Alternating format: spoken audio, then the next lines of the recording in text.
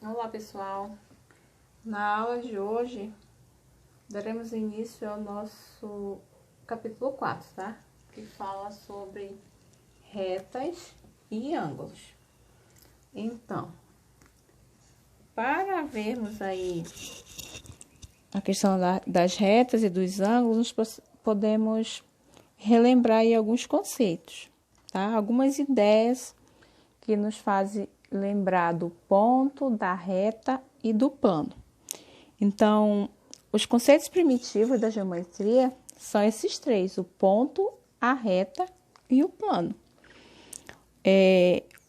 Vamos ver separadamente cada um deles. O ponto. Ao observarmos a marca do toque de uma caneta no papel, temos a ideia do ponto.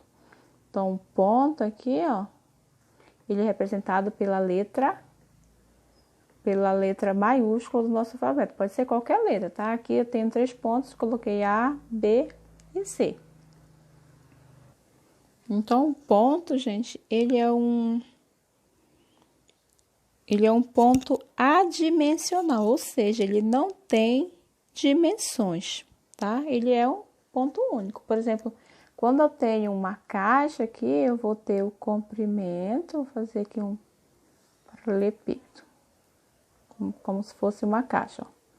A caixa, ela é tridimensional, ela tem o comprimento, ela tem a largura, ela tem a altura, certo? O ponto, ele é só o ponto e pronto, não tem dimensões, então ele é chamado de adimensional, tá?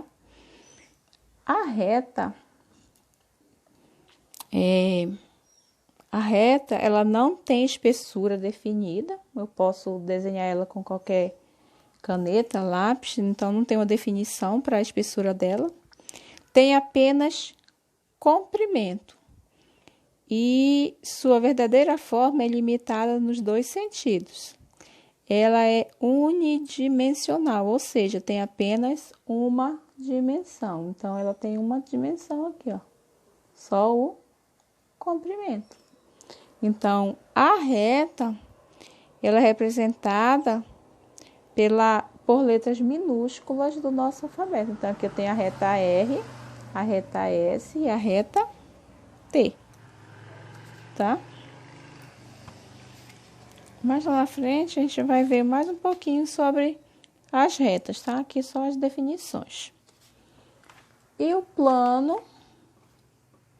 Então, o plano, nós podemos observar o ponto, a reta e o plano, que eles estão presentes no nosso dia a dia. Por exemplo, aqui, observando a superfície plana do tampo de uma mesa, temos a ideia de um plano. Por exemplo, o tampo da mesa, o chão, a parede, o quadro branco, e assim vai. Então, o plano, ele se estende infinitamente em todas as direções, tá? Então, ele é infinito. Ele não tem fronteiras, então ele vai aumentar para todos os lados. Então, nós pegamos aqui para representar, ó, só uma parte, porque ele é ilimitado. Então, por ser ilimitado, é impossível desenhar completamente o plano. Por isso, apenas parte dele é reproduzida no papel. Então, aqui eu só tenho uma parte. Ele pode ser representado assim, dessa maneira. E ele é sempre representado por uma letra grega, tá? Usamos letras minúsculas gregas para nomear os planos. Então, aqui eu tenho o alfa, tá? Ele é chamado de alfa. Espero que vocês tenham lembrado aí dos conceitos do ponto, da reta e do plano, tá? E na página 69 nós temos uma atividade. Então, a primeira questão. Cite exemplo de situações que dão a ideia de ponto. O que nós podemos lembrar que nos dá a ideia de ponto, gente? Pode ser uma estrela, o furo feito por pregos, a cabeça de um alfinete, entre outros, tá? Daqui a pouco eu vou colocar isso para vocês. Reta. Nos dá a ideia de reta. Um fio de luz esticado, o encontro de 2 paredes, entre outros. E o plano, a superfície do quadro, do caderno, da parede, do piso e entre outros, tá? Então, está aí a resposta, tá? Coloque na apostila de vocês. Vamos lá na questão 2. Relacione os elementos do mapa com as ideias de elementos geométricos. Então, aqui eu tenho 1 para o ponto, 2 para a reta e 3 para o plano. As linhas horizontais da grade do mapa. Vou mostrar aqui para vocês o mapa. Então, as linhas horizontais, tenho as verticais, tá? Então, vamos analisar lá. As linhas nos dá a ideia de reta, né? Então, coloquei o 2, ó. As linhas horizontais da grade do mapa e as linhas verticais da grade do mapa. O próprio mapa, então, o mapa ele é o que, gente? Ele é plano, né? E o último ponto, o último parênteses, ele pede para olharmos aí o pontinho, em relação ao pontinho. Então, aqui tem São Paulo, Rio de Janeiro, Fortaleza. Então, o ponto que representa a cidade é o exemplo de ponto, né? Então, preencho aí 3 para o próprio mapa, que é o plano, e o 1 para as marcas que representam as cidades, tá? Vamos na questão 3. Na questão 3, considere os pontos indicados na figura e responda as questões. Então, aqui eu tenho a reta R, a reta S, a reta T e a reta V, tá?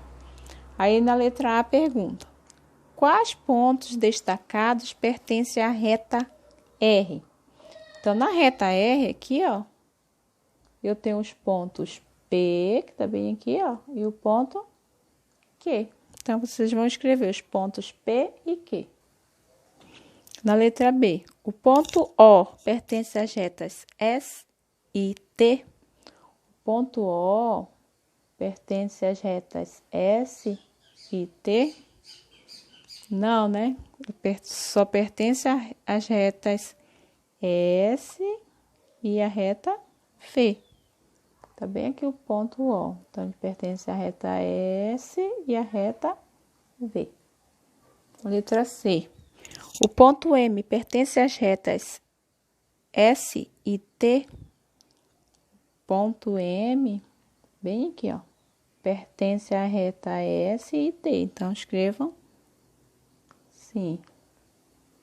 E a letra D, quais pontos pertencem às retas R e S ao mesmo tempo?